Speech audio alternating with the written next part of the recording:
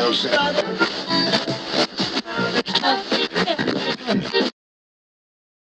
former Olympian from Canada, who is now the leader of a transnational criminal enterprise.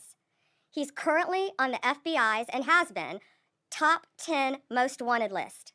He controls one of the most prolific and violent drug trafficking organizations in this world. Canada is an embarrassment on the literal national stage.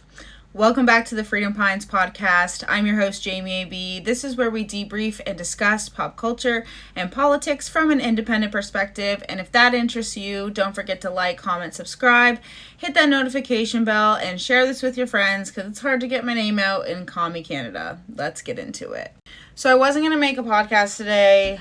I'm not feeling the best, but as you guys saw in that beginning clip, tell me why I'm sitting here as a Canadian and I look at my screen and I'm, watching Jimmy Dore, and then after that, a press conference comes on about how an Olympian from Canada has become a rug kingpin. Why am I hearing this from the FBI and not Canada's RCMP? Can someone tell me that? Just number one, okay? Why? And I would say, oh, this looks a little fishy. I can just see this angle from the left being like, oh, they're probably just doing this because of the files being released and they're trying to distract us. Guys, this has been going on for so long that when Justin Trudeau went to the White House, this is what Donald Trump's commands were for the tariff situation. The tariff situation that he knew he wasn't going to give into, but decided to help Canada out with its rug and border problem by saying, hey, we'll not have tariffs if you actually start taking care of the border. And that's when we've seen at least Alberta start heavily investing in their border patrol. That's when I realized too, by the way, that our country, Donald Trump isn't lying when he says that it looks like there's an invisible line, okay? Most of our major cities are within 100 kilometers of America. 100 to 200. And I'm not kidding when I say that.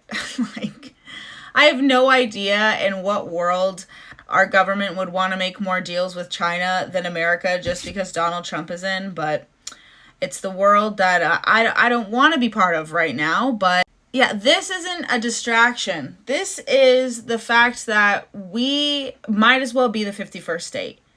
I'm sorry, if the FBI have so many resources that they have now realized that one of the main sources of the rug problem is somebody that's from Canada, and the RCMP wasn't figuring that out, that leaves a horrible taste in my mouth. What is our RCMP even doing? What are they employed for if not to literally give the protection to the Canadian government to make sure that they can get away with literally everything and anything that they want, including, in my opinion, the absolute annihilation of our country? Okay? Our country should be focused on the fact that we have lost the right to peacefully exist within our country because all they care about are the rights of criminals because of things like DEI, diversity, equity, and inclusion. Now, I'm not talking about those things as individual things because those were all part of the ethical standard of practice that we all used to follow in all of these entities. But instead of actually getting people the help that they need, instead of doing anything productive, actually, we have just said, hey, you know what? Maybe you should get a second, third, fourth, fifth, sixth, seventh, eighth, ninth chance to continuously create victims in our society. Because why? Do you really think that this is about diversity, equity, and inclusion? Or do you think that they're using this as a front to make sure that there is a destruction of Canada? People think that this is government incompetence. This is not government incompetence. This is the government not listening to people on the front lines, by the way, and then going to places like the World Economic Forum to get all of these new ideas to implement. Canadians can literally only count on the FBI making this arrest in America to see justice for this man who has delivered rugs all over North America. Like, what kind of country do we even live in where the rug lords are protected and given chance after chance after chance, and Canadians like you or I are punished by things like the CRA for following the rules? We followed the rules. Okay, you shut down daycares and schools, so my husband stayed home with the kids. You guys said that we would be getting the money that we paid into, and instead of that, you gave us a loan, overpaid us, and then when you realized you overpaid us, we paid you back. And then they say, no, you didn't, even though it is literally on one of our tax statements. But that's just what happens to regular everyday Canadians who are, following the rules. People like me who have been impacted by people coming here specifically to steal from Canadians and get away with it. That people know that they can come to Canada, steal from the Canadians, and if it's under $5,000, it's not a federal offense and it will go nowhere. Because they treat stealing like a civil matter. And this is what I mean when I said we need to be Karen. First, we need to be kind, and then we need to be Karen. Okay, because I'm pretty sure that if I actually pushed enough, and I don't even know how I could have changed the situation, but bottom line is that someone stole $4,000 from me, a new Canadian. Okay, how did I know? Because I looked up the address online and figured everything out from there after he sent me a check that was invalid and then told me to send the money back, blah, blah, blah, blah, blah, okay?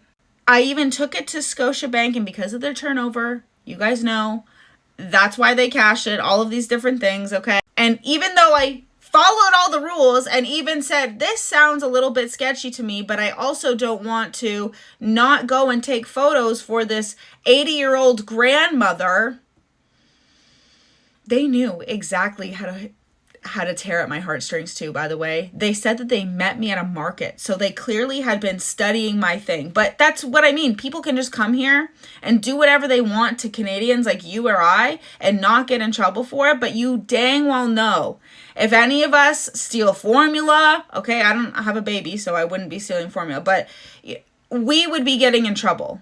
Okay, and it's not fair. It's not fair that Canadians can only see justice when America is carrying it out, okay? And we might actually see real justice over there because the DP is, enforceable in a lot of different states. And then you see David Cochrane basically, painting pretty nail polish on this situation, saying, like, how does this happen, police officer? How does it happen? How does this happen? We don't send anybody to jail. That's how this happens. We don't actually care about protecting Canadians. That's how this happens, David Cochrane. And if you've been actually paying attention and doing your job as a journalist, okay, an unbiased media personality, which is really just a liberal media bootlicker personality content creator, that's what the CBC basically is, and actually looked outside of your little Ottawa bubble, as Josh from Elevate Podcast put it so eloquently, you would see Canadians are actually struggling. You can only tell us so much. Okay, even if, there are lots of people who don't speak up, don't talk about these things. Even if you're very liberal, you're always liberal, you've never been impacted by any of the bills that have been put forward to absolutely ruin our lives, okay? Even if that, it's hard to get past the grocery prices, but they do blame Galen Weston specifically, singularly, despite him, I don't like Galen Weston. However, PierrePoilievre is the one that owns Loblaws, and for some reason, Galen Weston's name just gets thrown under the bus, but I digress. Canada no longer looks like Canada in most of our large cities. And it's hard to not tell that Canada is completely different when we see the amount of people who are homeless, because saying the word unhoused doesn't help anybody. They are still people who don't have homes who need homes, while we send thousands of dollars across the world to fund, I don't even know. I don't even know how they could justify studying rice to make sure that women in third world countries are able to have work opportunities. But that's what Canadians' money and tax dollars go towards, is programs like that. No, David Cochran, none of us are surprised that this has happened. What makes us more mad is the fact that he wouldn't get justice if he's caught in Canada, okay? Or the fact that the FBI had to do the RCMP's job. No doubt there. And you'd know that if this wasn't your part in this whole thing. Yeah, he's this guy. He's Caesar from the Hunger Games. That's who you are, David Cochran. And when CBC historically has participated in things like the demonization of Indigenous people or the exploitation of the Dion quintuplets, so yeah, color me shocked that CBC and Canadian news media, who gets all of their money from the Liberals, is participating in demonizing a group of individuals that is going to cut them off of all of their funding.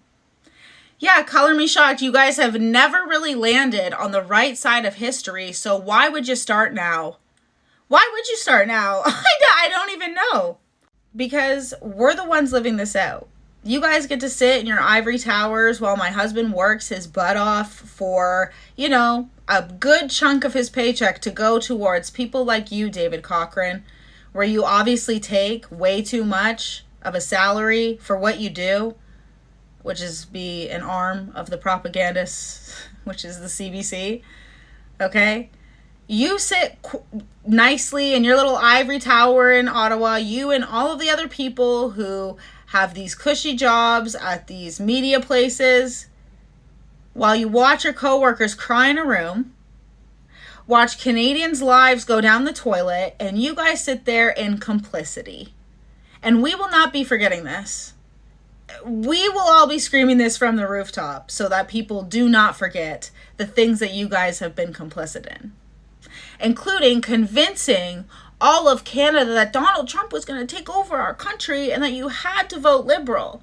Remember Rosemary Barton? Oh, phew, we're safe there. When every time a Liberal would get a seat. Yeah, you guys and your unbiased coverage, give me a break. Yeah, the rest of us know how this crime is happening, David Cochran. It's time for you to understand what's happening in Canada and pull your head out of your butt. Okay, because this is our real lives. And I know that you guys just like to look the other way when you pass the tent encampments down the road from you. You must, because I've seen them in Ottawa. While you guys sit comfortably with your fat salaries. Must be nice. So anyways, guys, and here's the thing. I've wanted to cover some local crime of criminals getting out. I don't even want to put myself at risk. I want these victims' stories to be told, but then I'm afraid of becoming a victim of crime because these people who are actually responsible for the unaliving of people are out on our streets. And so do I put a target on my back and tell you guys about it? I don't even know. That's the state of Canada. Anyways, guys, I'm going to go clean my house, okay? And I want you guys to know that you matter. You are here for a reason, okay? And I want you guys to take a deep breath with me. And may the odds be ever in your favor. That's what I was going to say. Make sure you're doing that deep breath, okay? It's important to be doing deep breaths in Canada to keep yourself grounded and safe. Okay? Oh my gosh. It's such a crazy place to live in. So let me know what you guys think, okay? I'm going to go clean my house and bake some bread and make some cinnamon rolls and try to stay sane in this crazy world. Well, I feel like absolute dog crap, but thankfully I have a husband who wants to work so that I do not have to. So I'll see you guys in the next one. Bye.